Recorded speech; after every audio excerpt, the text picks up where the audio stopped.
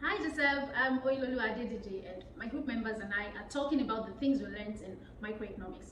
Microeconomics studies the implications of incentives and decisions, specifically about how those affect the utilization and distribution of resources. We study microeconomics to examine different behaviors of consumers throughout the year and how this affects the supply and demands for goods and services, which then causes prices to increase or decrease. This can sometimes be a vicious circle. We study microeconomics quite simply to gain a better knowledge of economic activity and how to help anyone in an economic environment to understand what is going on in the market and how things can be changed for the better. For example, how a small business can save money or how much an average family spends on their weekly groceries or fuel bill. So my team members will be talking about the various things they learned in microeconomics. Mubarak will be explaining to us what he learned in microeconomic theory. Joy will be talking about microeconomic models, Tomide will be talking about market structure, Tobe about pricing strategy, and similarly about game theory. Hello, my name is Mubarak Abdul Hamid, and I'm going to be talking about some of the things I picked up in the microeconomics class. I didn't have an economics background, but then I'm able to pick up some things.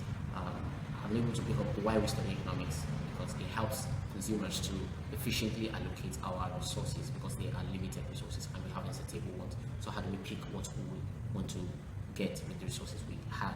So it helps. And that goes into scale of preference, opportunity cost, or how do we prioritize our wants based on the amount of utility or the value that we get from them. Utility is basically the satisfaction we get from whatever commodity we are acquiring with our resources. So it also helps suppliers to take basic decisions, or say fundamental decisions like what to produce, how to produce, and for whom to produce. Economics does these things by using curves and mathematical models to theorize and make to make theories and predict what's going to happen in the future. I find the concept of demand and supply interesting to talk about. Demand simply refers to the quantity of goods and services consumers are willing and able to purchase at a specific period of time at a particular price. Demand is a flow concept and it occurs over a period of time. It also differs from needs because it was backed with the willingness and ability to pay. That is when we talk about effective demand.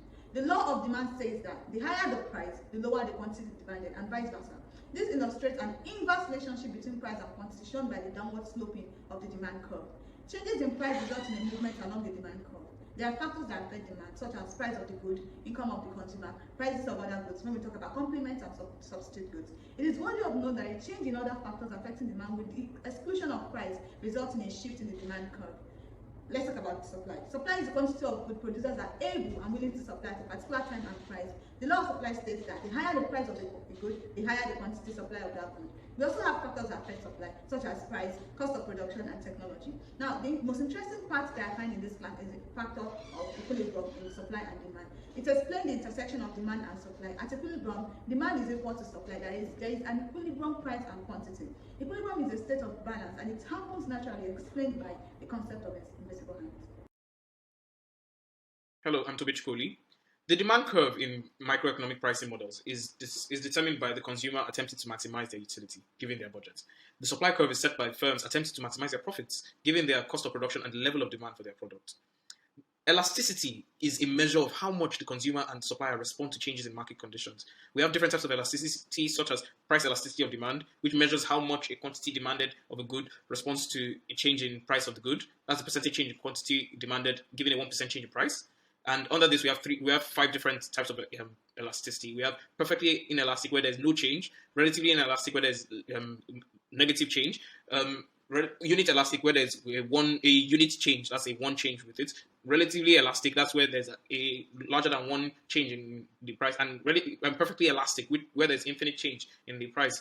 So income elasticity of demand measures how much quantity demanded of a good responds to change in consumer income. That's percentage change in demand given a 1% change in consumer income.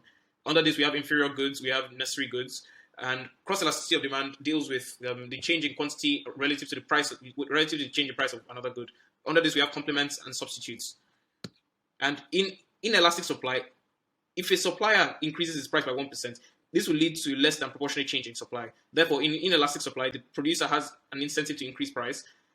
However, in elastic supply, A 1% change in price will lead to more than a proportional change in supply. Therefore, there is no incentive to increase price. Under government intervention, we have the price ceiling, price floor, taxation, subsidy. Why do we value diamonds more than water? Marginal utility. The satisfaction from one small unit of goods or services. This means your consumers buy when marginal utility is greater than marginal cost. When should you produce? When your average total cost is less than the marginal revenue on each unit of production. So fixed costs like factory cost and variable costs, like employee cost, must be lesser than the amount made on each product. But what if you just opened an expensive factory and your fixed cost soars? Then you can continue to produce in the short run as long as the marginal revenue is lesser than or equal to your variable cost. Another question, what market are you in? You could be a monopoly where you're a price setter, an oligopoly like Dangote Cement where you are competing with few companies but still determine the prices. A monopolistic market with slightly differentiated products and little barriers to entry, or a perfect competition where you can't set the price, your products are different, and anyone can enter the market, like the Nigerian fintech space. In a monopoly, you might want to capture higher-end markets through different forms of price discrimination, like in most Nigerian farmers markets or in the airline industry. Lastly, your market type can be determined using standards such as the concentration ratio, the Lorentz curve, and my personal favorite, the HH index. Thank you. Hi Joseph. The topic I found most interesting in microeconomics is game theory. In class, I learned that game theory is the study of the ways in which interacting choices of economic agents produce outcomes with respect to utilities of those agents where the outcomes in question might have been intended by none of the agents. There was a class illustration to show the prisoner's dilemma. A prisoner's dilemma is a situation where two players acting strategically will make decisions that result in suboptimal choices for both because these choices are made independently.